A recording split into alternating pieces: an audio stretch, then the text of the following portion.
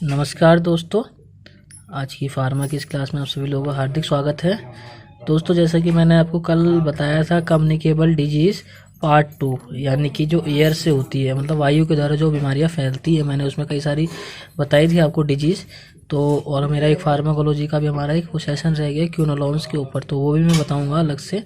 तो आज मैं स्टार्ट कर रहा हूँ पोसोलॉजी के बारे में। ये पोसोलॉजी होता क्या है? पोसोलॉजी दो शब्दों से मिलकर बना है। एक होता है हमारा, क्या होता है, पोसोस मतलब कि हाउ मच, मतलब कितना, और दूसरा आता है लोगोस मतलब कि साइंस।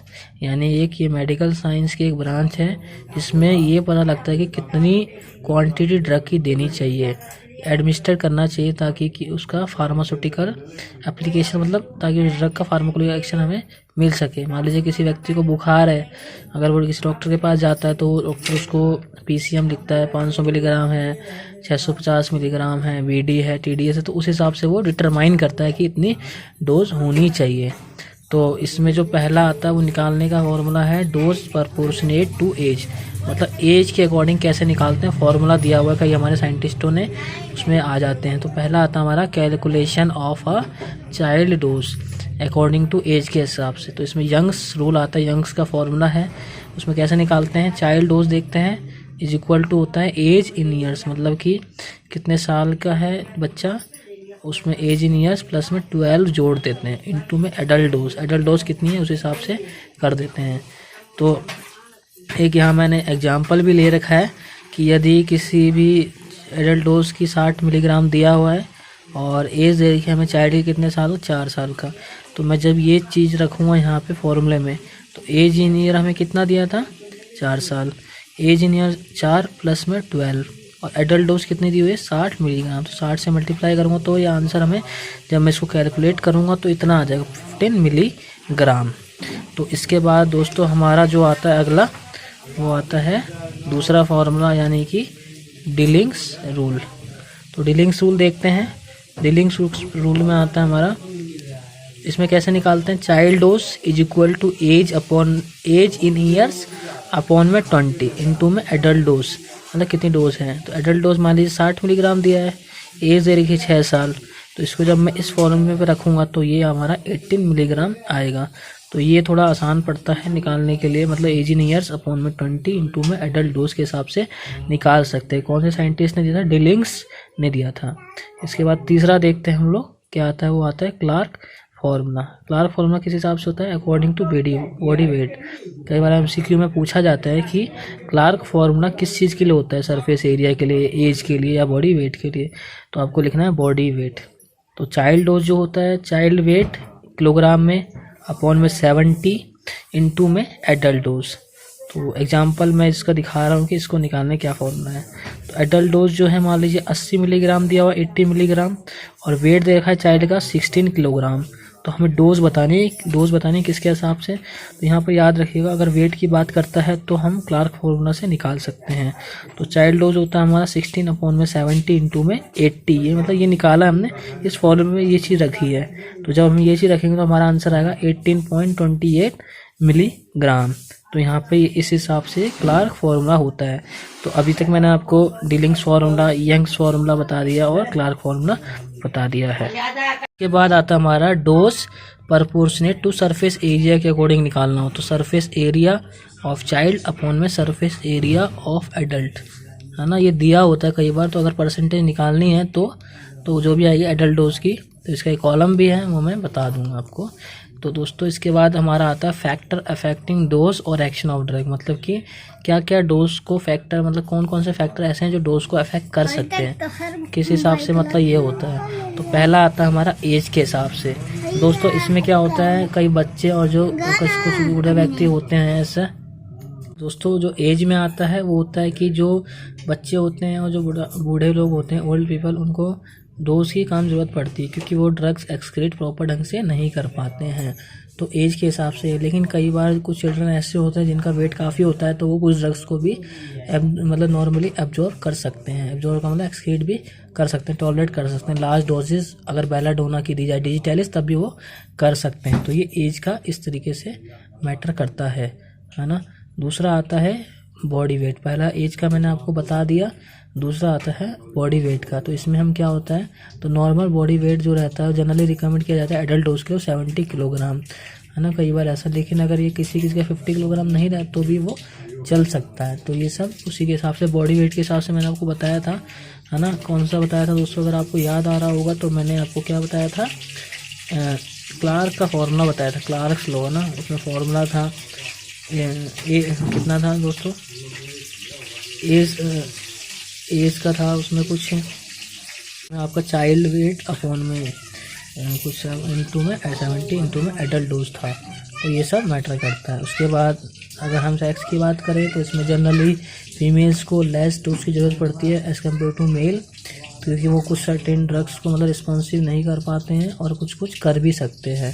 तो इसमें हमारा जो आता है वो ये सब चीज़ें आती हैं, है ना।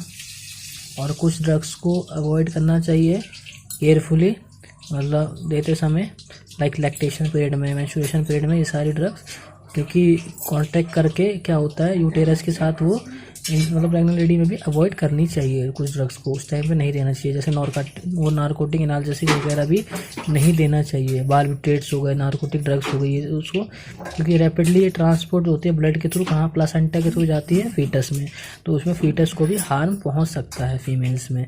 तो इसलिए इसमें ये मैटर करता है ना। उसके बाद अगला आता है दोस्तों रूट्स ऑफ एडमिनिस्ट्रेशन। तो रूट्स ऑफ एडमिनिस्ट्रेशन में क्या है कि देखिए, मैंने इसका एक अलग से टॉपिक भी पढ़ाऊंगा आपको रूट्स ऑफ एडमिनिस्ट्रेशन का, कि ड्रग कहाँ कहाँ से दी जाती है ना। इंट्रावेनस होती है, सबकुटेनियस होती है, परकुटेनियस होती है, ओरली दी जाती है, इंट्रावेनस दी जाती है ना, इंट्रामस्कुलर दी जाती है, सारी ड्रग्स आती है, नसल में दी जाती है, इन्हेलर दिया जाता है। तो मैं एक एक करके वो टॉपिक अलग से बताऊंगा। तो जो जनरली जो इंट्रावेनस होती है उसकी मतलब उसमें कम डोज की जरूरत पड़ती है, वो ज़्यादा इफेक्टिव होती है एज़ कम्पेयर टू ओरल में। उसके बाद हमारा आता है टाइम ऑफ एडमिनिस्ट्रेशन, मतलब कितने टाइम में ये बहुत इंपॉर्टेंट है, क्योंकि ड्रग्स जो है वो रैपिडली अब्जॉर्ब होती है कहाँ से, मतलब एम्प्टी स्टमक से, ऐसा माना जाता है ना। अगर खाली पेट होता है तो ड्रग जल्दी अब्जॉर्ब होती है, इसलिए जो अमाउंट ऑफ ड्रग वो ज़्यादा इफेक्टिव होता है, इसलिए खाने से पहले जब उसको लेना चाहिए। कुछ ड्रग्स ऐसी होती हैं तो वो बेटर टॉलरेटेड होती हैं ना, और अगर या फिर बाद में भी होती है इनफेक्टिव होती है, तो अगर मतलब अगर खाना खाने के बाद ले थोड़ा सा इफेक्टिव रहेगी लेकिन वो कम रहेगी। और दूसरी ड्रग इरिटेटिंग ड्रग्स ज़्यादा अच्छी टॉलरेटेड होती है खाना खाने के बाद, जो इरिटेटिंग ड्रग्स होती हैं, है ना, आफ्टर मील्स। जिसके बाद जैसे वो क्या करती है, डाइल्यूट करती है ड्रग्स कंसेंट्रेशन को और गैस्ट्रिक इरिटेशन को रिड्यूस कर देती है। जैसे आयरन हो गया, आर्सेनिक हो गया, कॉड लिवर ऑयल हो गया, ये सारी ऑलवेज फुल स्टमक के साथ ही दी जाती है जो इरिटेशन ड्रग होती है। टाइम ऑफ एडमिनिस्ट्रेशन में ये आता है आपका। उसके बाद आता है प्रेजेंस ऑफ डिजीज़। तो प्रेजेंस ऑफ डिजीज़ में क्या है दोस्तों, इसमें ये बहुत इफेक्ट करता है। अगर किसी पेशेंट को मान लीजिए कोई और बीमारी है, अगर आप कोई ड्रग्स दे रहे हैं तो उसको दूसरा इफेक्ट कर सकती है ना। डिजीज़ कंडीशन मोर इफेक्टिव होती है नॉर्मल कंडीशन में, क्योंकि फीवर के दौरान कोई भी व्यक्ति एंटीपायरेटिक ड्रग्स ले सकता है, उसको टॉलरेट कर सकता है, लेकिन अगर कुछ और दिक्कत हो तो उसको वो फैटल हो सकता है। तो इसके बाद आता है हमारा एनवायरमेंटल फैक्टर, कहने का मतलब जो वातावरण के हिसाब से जो मतलब डोज पे अफेक्ट करता है। तो जो अल्कोहल होता है दोस्तों, अल्कोहल वो ज़्यादा बेटर टॉलरेटेड होता है कोल्ड एनवायरनमेंट में एज़ कम्पेयर टू समर में। और दोस्तों दूसरा एग्जांपल इसका आता है कि जैसे मान लीजिए कोई सेडेटिव ड्रग देते हैं, हम क्या देते हैं सेडेटिव ड्रग, तो वो दिन के समय ज़्यादा उसकी डोज देने की पड़ती है एज़ कम्पेयर टू रात में। तो अगला एनवायरमेंट फैक्टर ये था सेडेटिव का एग्जांपल। नेक्स्ट आता है दोस्तों इमोशनल फैक्टर। इमोशनल क्या होती है, इमोशनल फैक्टर में जो फीमेल्स होती हैं वो ज़्यादा इमोशनल होती है और रिस्पॉन्सिव होती है ड्रग्स के, और इसलिए उनको लेस अमाउंट ऑफ ड्रग की रिक्वायर होती है ना, इसलिए। और जो नर्वस पेशेंट होते हैं उनको स्मॉलर डोज की ज़रूरत होती है। जो नर्वस पेशेंट होते हैं, जो डरे हुए पेशेंट होते हैं, उनको ड्रग्स की कम ज़रूरत होती है डोजेज की as compared to normal patient के हिसाब से। उसके बाद दोस्तों हमारा आता है एक्यूमुलेशन। ये किस हिसाब से डिपेंड करता है दोस्तों, ये होता है इसके हिसाब से एक्यूमुलेशन। अगर कोई भी ड्रग लंबे समय तक बार बार दी जा रही है तो वो क्या होता है, ड्रग बॉडी के अंदर एक जगह जमा होने लग जाती है, जिसको एक्यूमुलेशन कहा जाता है। जमा होने का मतलब वो ड्रग एक जगह टॉक्सिसिटी प्रोवाइड मतलब करती है, तो उसको एक्यूमुलेट ड्रग भी कहते हैं। इसको हम कम कैसे कर सकते हैं दोस्तों, कम हम कर सकते हैं यूजली, मतलब ये होती किस वजह से पहले मैं आपको बता देता हूँ। ये होती है आपकी स्लो एक्सक्रीशन के कारण, डिफेक्टिव डिग्रेडेशन के कारण। और इसलिए जो डिजिटैलिस वगैरह कुछ ड्रग्स होती है, एमेटिन हो गई, ब्रोमाइड्स हो गई, हैवी मेटल्स हो गए, उसको केयरफुली एडमिनिस्टर्ड किया जाना चाहिए, है ना दोस्तों। इसके बाद आता हमारा साइनरिज्म। साइनरिज्म बहुत इंपॉर्टेंट है दोस्तों। जब भी कोई ड्रग कंबाइन फॉर्म में दी जाती है तो इधर वो दोनों का इफेक्ट मतलब बढ़ा देती है, किसी भी एक ड्रग का इफेक्ट बढ़ जाता है, जिस हिसाब से मतलब पोटेंसी बढ़ जाती है। जो साइनरिज्म है वो दो पार्टों में बांटा गया, उसको एक होता है एडिशन, एक होता है पोटेंशिएशन। एडिशन में क्या होता है, जब टोटल इफेक्ट जो होता है दोनों ड्रग का, मतलब मान लीजिए दोनों ड्रग का हमने टोटल इफेक्ट लगा दिया, मान लीजिए 2 + 2 4 होता है, अगर यही 4 एक ड्रग का इंडिविजुअल इफेक्ट आता है तो उसको हम कहते हैं addition effect, sum of the individual effect क्या आता है तो। और पोटेंशिएशन में क्या होता है दोस्तों, जब कोई मतलब किसी भी कंबाइन इफेक्ट में दो ड्रग्स को एडमिनिस्ट्रेट किया जाता है तो जो greater than the sum of their individual effect, मतलब कि इंडिविजुअल इफेक्ट से वो ज़्यादा रहती है, उसको हम क्या कहते हैं पोटेंशिएशन, है ना। जैसे एग्जांपल इसमें आता है एफिड्रिन का दे दीजिए दोस्तों, एफिड्रिन, और तुम्हारा आ गया एडिनलिन। किसके लिए दोस्तों, ब्रोंको डायलेटर के लिए। मैं यहाँ पे आपको लिख भी देता हूँ, एफेड्रिन दोस्तों लिख देता हूँ, एफेड्रिन प्लस एड्रेनलिन, एड्रेनलिन। तो एड्रेनलिन जो होता है दोस्तों, ये दोनों इफेक्ट किस में करती हैं, मतलब कि ब्रोंको डायलेटर की तरह हम इसको यूज कर सकते हैं। तो अगला हमारा यहाँ पे आता है एंटागोनिज्म। देखो दोस्तों, नाम से एंटा मतलब होता है अपोज। अगर कोई एक ड्रग, कहने का मतलब एक ड्रग का इफेक्ट किसी दूसरे ड्रग के इफेक्ट से कम हो रहा है, उसको हम कहेंगे एंटागोनिज्म। लाइक यहाँ पे क्या होता है, जैसे मान लीजिए दोनों ड्रग का कंबाइन इफेक्ट है, तो एक वो क्या करेगी, टोटल उनका जो इफेक्ट रहेगा उसका एक का इफेक्ट से कम रहेगा। तो इसका एग्जांपल लेते हैं, मिल्क ऑफ मैग्नीशिया और को हम एसिड पॉइजनिंग में देते हैं। तो पहला है एसिडिक मीडियम, दूसरा है अल्कलाइन, तो ये क्या करते हैं आपस में दोनों को न्यूट्रल कर देते हैं, मतलब कि कम इफेक्ट कर देते हैं। दूसरा एग्जांपल लेते हैं एडिनलिन और एसिटाइल कोलिन। इन दोनों को अगर एक साथ दिया जाता है तो वो एक ड्रग दूसरे का इफेक्ट कम कर देती है, क्योंकि दोनों अलग है। लाइक एडिनलिन के यहाँ पर वैसे कंस्ट्रिक्टर है, दूसरा है वैसोडाइलेटर है। तो अगला हम चलते हैं दोस्तों, हैबिचुएशन एंड एडिक्शन। ये इसका अगला पार्ट है, यानी 12 फैक्टर जो हम बात कर रहे हैं वो है। इसमें आता है तुम्हारा पहला आता है हैबिचुएशन। देखो नाम से पता है, हैबिट मतलब होता है आदत। तो जैसे मान लीजिए हम किसी ड्रग्स को बार बार लेते हैं, रिपीटेड यूज़ करते हैं, मतलब नॉर्मल से अधिक यूज़ करते हैं, तो उसको हम उसको हम क्या कहते हैं हैबिचुएशन, लत, जिसका नाम आपने सुना होगा, है ना। जैसे एग्जांपल लेते हैं, चाय और कॉफ़ी की आदत भी ऐसी होती है, अगर एक बार डल गई तो डल जाती है, फिर वो जल्दी से नहीं छूटती, वापस नहीं आती। अगर हम छोड़ना भी चाहे तो नहीं होता, लेकिन ये फिजिकल डिपेंडेंस नहीं है। लेकिन एडिक्शन जो है वो फिजिकल डिपेंडेंस होती है। उसके बाद टबैको हो गया और ट्रांसकुलाइजेशन, ये सारे जो होते हैं ये सारे हैबिचुएशन में आते हैं तुम्हारे।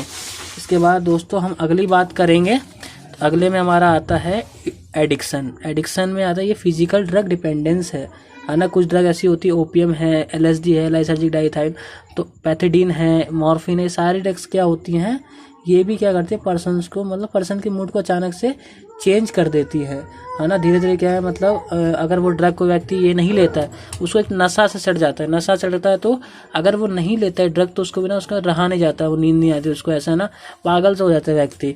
तो इसको हम क्या कहते हैं एडिक्शन, कहते हैं ना यार ये बंदा एडिक्ट हो गया है इस चीज़ का। तो ये बहुत गंदी लत होती है, एक बार लग जाती तो बड़ी दिक्कत करती है ना। हीरोइन है, इसमें एक एग्जाम्पल और आता है, हीरोइन भी लिख सकते हैं आप दोस्तों, है ना। ये भी चरस है, ये सारी गांजा है, ये सारी क्या एडिक्शन वाली ड्रग्स होती हैं, है ना व्यक्ति के, क्योंकि ये डायरेक्ट ड्रग्स कहाँ करती है, सेंट्रल नर्वस सिस्टम पे, उसको न्यूरॉन्स को वहाँ पे डैमेज करना स्टार्ट कर देती है। अगला आता है दोस्तों इडियोसिंक्रेसी। इडियोसिंक्रेसी क्या है कि अगर कोई व्यक्ति ड्रग ले रहा है तो ड्रग लेने के साथ अगर अनयूजुअल रिएक्शन आ रही है ड्रग लेने पे, उसको हम कहेंगे इडियोसिंक्रेसी। जैसे मान लीजिए कुछ ड्रग्स ऐसी होती है, एस्पिरिन हो गया, आपने सुना होगा एस्पिरिन का नाम। ये क्या करते हैं, गैस्ट्रिक हेमरेज कॉज कर सकती है ना, गैस्ट्रिक ब्लीडिंग भी कहते हैं इसको। दूसरा आता है क्यूनिन। क्यूनिन के कारण क्या होता है, ये कानों में ऐसा लगता है कि कान बजने लग जाता है, आवाज़ सुनाई देती कानों में, है ना। और तीसरा आता है दोस्तों, इसके मतलब कहने का मतलब 14 जो पॉइंट है वो है हाइपर सेंसिटिविटी। ये तो आपने सुना होगा, अगर कोई भी ड्रग हम लेते हैं, एलर्जिक रिएक्शन है किसी भी ड्रग के प्रति, है ना, तो उसके फार्माकोलॉजी होता क्या है, जैसे मान लीजिए हमने ड्रग ली, उसका फार्माकोलॉजिकल एक्शन नहीं हो पाया सही से, तो वो क्या करेगी, ये फार्माकोलॉजिकल एक्शन नहीं हुआ तो वो डिफरेंट कॉज करेगी, मतलब कि टॉक्सिक रिएक्शन कॉज करती है बॉडी में, एलर्जिक रिएक्शन। और ये होता है क्या है, फ्रीक्वेंट और इनडिस्क्रिमिनेट की वजह से होता है यूज़ ऑफ ड्रग्स, मतलब इनकी वजह से। लाइक एंटीबायोटिक्स बार बार यूज़ करते हैं, विटामिन, कुछ प्रोटीनियस सब्सटेंस भी होते हैं, उनकी वजह से भी हो सकता है ना दोस्तों। कुछ ऐसी कंडीशन है, हाइपर सेंसिटिविटी को 2 पार्टों में बांटा गया, एक होता है सीरियस कंडीशन, एक होता है डिलेड टाइप। सीरियस कंडीशन में क्या होता है, अगर व्यक्ति को हाइपर सेंसिटिविटी हो गई, उस टाइम पे एड्रेनलिन का इंजेक्शन लगाया जाता है, अगर ये नहीं लगाएगा तो व्यक्ति की मृत्यु भी हो सकती है। दूसरा आता है दोस्तों डिलेड टाइप, मतलब ये थोड़ा लंबे समय तक चलती है। इसमें आती है अर्टिकेरिया बीमारी है, स्किन रैशेस हो जाते हैं और कॉन्टैक्ट डर्मेटाइटिस भी हो सकता है। दोस्तों टॉलरेंस आता है अगला। इसमें क्या है, टॉलरेंस में इसमें कुछ ऐसी भी आदत होती है मतलब कि जब भी कोई ड्रग्स को एडमिनिस्टर किया जाता है ऑर्डिनरी डोज पे, तो वो नॉर्मल थेरेपेटिक इफेक्ट को नहीं प्रोड्यूस कर पाती है, मतलब उसको लार्ज डोज की ज़रूरत पड़ती है, यानी कि अनयूजुअल रेजिस्टेंस प्रोड्यूस हो जाता है, उसको टॉलरेंस कहा जाता है ना। आदत लग जाती है, जैसे मान लो स्मोकर्स को तुम कितना भी निकोटिन खिला लो, है ना, उसको सिगरेट पिला लो, बीड़ी पिलवा लो, कुछ भी करवा लो ना, तो वो झेल सकता है, तो ये टॉलरेंस कहा जाता है। टॉलरेंट होता है ना एक, हिंदी में भी आपने सुना होगा। दूसरा आता है दोस्तों अल्कोहलिक्स, जो अल्कोहलिक होते हैं, दारू वाले जो लोग होते हैं, उनको अगर अल्कोहल कितना भी दे तो वो टॉलरेट कर सकते हैं, है ना। और तीसरा आता है रैबिट्स में अक्सर एट्रोपिन वगैरह का इंजेक्शन दिया जाता है, और इससे क्या होता है, डिस्ट्रक्शन कर देते हैं ड्रग बाय एंजाइम, किसको, एट्रोपिन एस्ट्रेस, एक एंजाइम है उसको ब्लड के अंदर, क्यों, डिस्ट्रक्शन के कारण वो कितना भी कर लो तो उस पर कोई फर्क नहीं पड़ता है। दोस्तों इसका अंतिम आता है टैकीफाइलैक्सिस, इसको एक्यूट टॉलरेंस भी कहा जाता है। इसमें कुछ मतलब ऐसा होता है कि कुछ में देखा गया कि बार बार अगर हम किसी को ड्रग देते हैं शॉर्ट इंटरवल ऑफ टाइम पे, तो वहाँ के जो सेल रिसेप्टर हैं, जो मतलब सेल रिसेप्टर वो क्या होते हैं, उनके ब्लॉक हो जाते हैं, है ना। ये रिसेप्टर ब्लॉक हो जाते हैं, ब्लॉक के कारण क्या होता है दोस्तों, अगर ब्लॉक हो गए तो फार्माकोलॉजिकल रिस्पॉन्स कम हो जाएगा, और उसमें क्या होगा, रिस्पॉन्स कम हो गया तो हमें ड्रग की डोज बढ़ानी पड़ेगी, तो उसका ड्रग मतलब वो टॉक्सिसिटी भी प्रोड्यूस होगी। इस वजह से क्या होता है दोस्तों, तो वो ड्रग कुछ समय के लिए रोक दी जाती है। इस कंडीशन को टैकीफाइलैक्सिस कहा जाता है। इसमें एग्जाम्पल लेते हैं एफेड्रिन, एम्फेटामिन और कोकेन। तो दोस्तों इसमें आज के लिए हम इतना ही रखेंगे। पोसोलॉजी लगभग आपका समाप्त हो गया है। इसमें कुछ फैक्टर, नॉर्मली वेटनरी में भी यही फैक्टर काम करते हैं, डोज वगैरह जो मैंने बताई आपको। तो दोस्तों ये आपको अच्छा लगा होगा, आशा करता हूँ ये टॉपिक आपको पसंद आया होगा, और ऐसा हुआ है तो दोस्तों आप चैनल को सब्सक्राइब कर सकते हैं, लाइक कर सकते हैं, शेयर कर सकते हैं। दोस्तों आपका एक शेयर, एक सब्सक्राइब भी हमको बहुत मोटिवेट करता है अगली वीडियो बनाने के लिए। तो दोस्तों तब तक के लिए बहुत बहुत धन्यवाद। अगर अभी तक आपने चैनल सब्सक्राइब नहीं किया है तो सब्सक्राइब कर दीजिए। दोस्तों अगली बार मैं आपको क्विनोलॉन्स या फिर बायोकेमिस्ट्री से कार्बोहाइड्रेट्स का टॉपिक स्टार्ट कराऊंगा। अगर आपको दोस्तों कुछ भी दिक्कत हो, कुछ भी अगर आपको टॉपिक पूछने हो तो कमेंट बॉक्स में भी आप डाल सकते हैं। कई लोगों ने एंटीवायरल के ऊपर बोला है बनाने के लिए, तो मैं उस पर भी जल्दी ही वीडियो लेके आऊँगा, एंटीवायरल पे, मसल्स पे, तो उस टाइप के हम स्टार्ट करेंगे। तो दोस्तों तब तक के लिए थैंक यू दोस्तों, धन्यवाद। आपकी वीडियो इस तरह से देखने के लिए बहुत बहुत धन्यवाद दोस्तों।